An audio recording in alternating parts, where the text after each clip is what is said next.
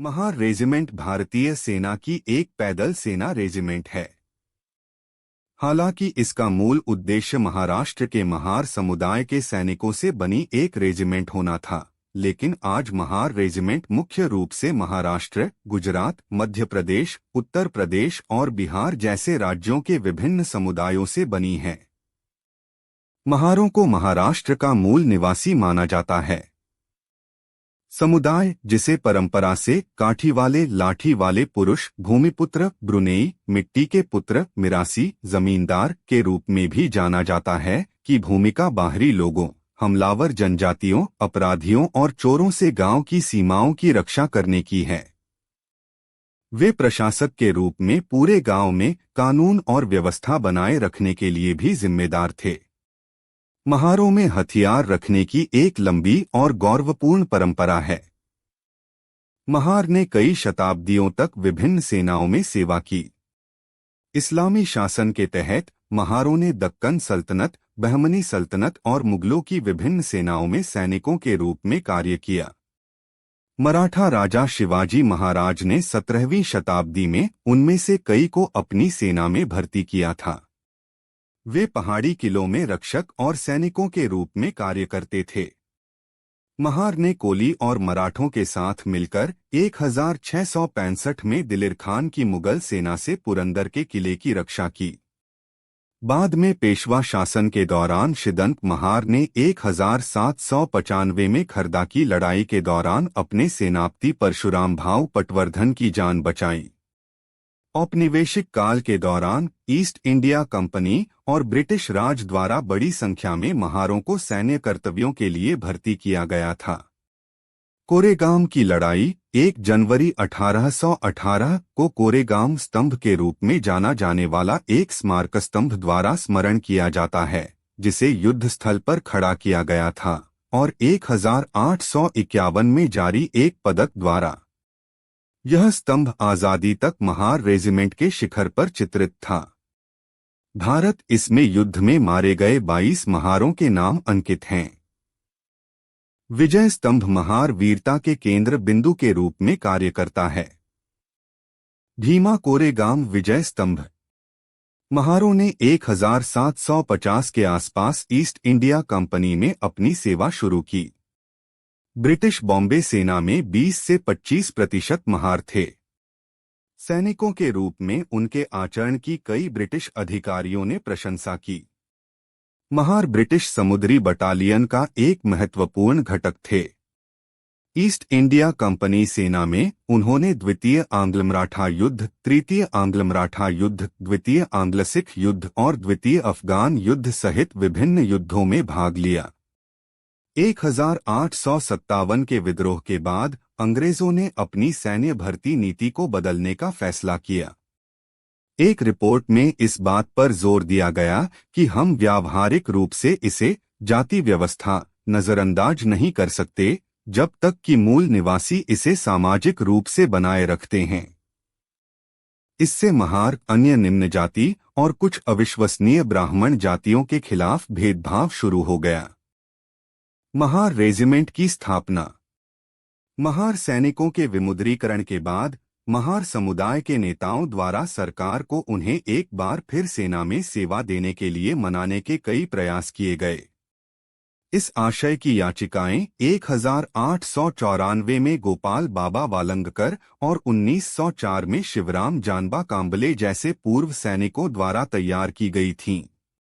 इन याचिकाओं को राजनेता और समाज सुधारक गोपाल कृष्ण गोखले ने सैद्धांतिक रूप से समर्थन दिया था, जो मार्शल रेस सिद्धांत के विरोधी थे। उन्हें भारतीय राष्ट्रीय कांग्रेस का भी समर्थन प्राप्त था, जो सेना की भर्ती नीतियों के भी विरोधी थे। ब्रिटिश भारतीय सेना की भर्ती नीतियां 1914 में प्रथम विश्व युद्ध की शुरुआत तक जारी रहीं। पुरुषों की कमी ने सरकार को अधिक व्यापकाधारित भर्ती शुरू करने के लिए मजबूर किया और अंततः महारों को सेना में भर्ती होने की अनुमति दी गई। महार सैनिकों की एक बटालियन 111वीं महार की स्थापना जून 1917 में की गई थी। हालांकि युद्ध के दौरान बटालियन को ज्यादा सेवा नहीं मिली और 1920 में इसे 71वीं पंजाबियों में विलय कर दिया गया। अंततः मार्च 1921 में बटालियन को भंग कर दिया गया और महारों को एक बार फिर से हतोत्साहित कर दिया गया। द्वितीय विश्व युद्ध ने अंग्रेजों को अपनी भर्ती का दायरा बढ़ाने के लिए मजबूर किया और 1941 में महार रेजिमेंट की स्थापना की गई। उस वर्ष B.R. अम्बेडकर को वायसराय की कार्यकारी परिषद की रक्षा सलाहकार समिति में नियुक्त किया गया था। उन्होंने महारों से बड़ी संख्या में सेना में शामिल होने की भी अपील की।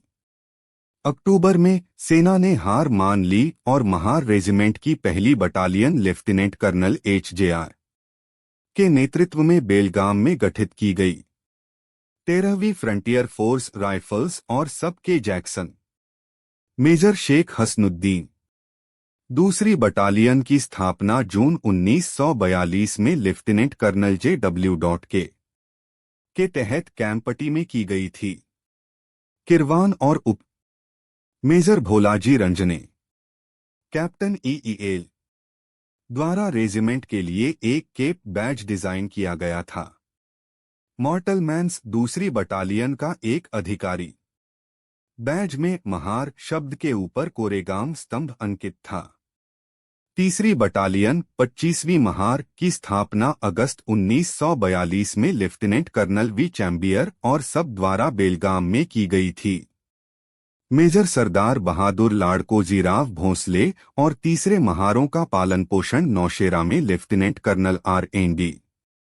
द्वारा किया गया था। फ्रायर और सब मेजर भोलाजी रंजने। द्वितीय विश्व युद्ध के दौरान पहले और तीसरे महारों ने उत्तर पश्चिम सीमांत प्रांत में सेवा की, जबकि दूसरे और 25वें को देश के भीतर आंतरिक सुरक्षा कर्तव्यों पर नियुक्त किया गया था।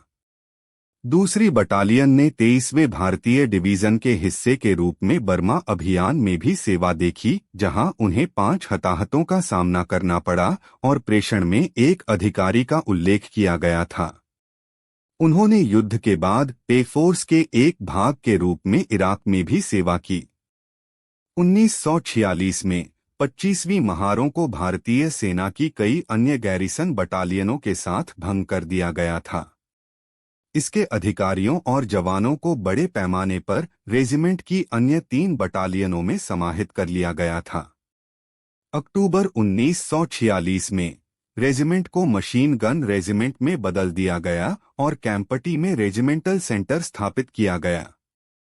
रूपांतरण के बाद केप बैज बदल दिया गया। नए बैज में कोरेगाम स्तंभ के ऊपर 2 क्रॉस्ड विकर्स मशीन गन थीं, एक स्क्रॉल के ऊपर जिस पर लिखा था द महार MG रेजिमेंट।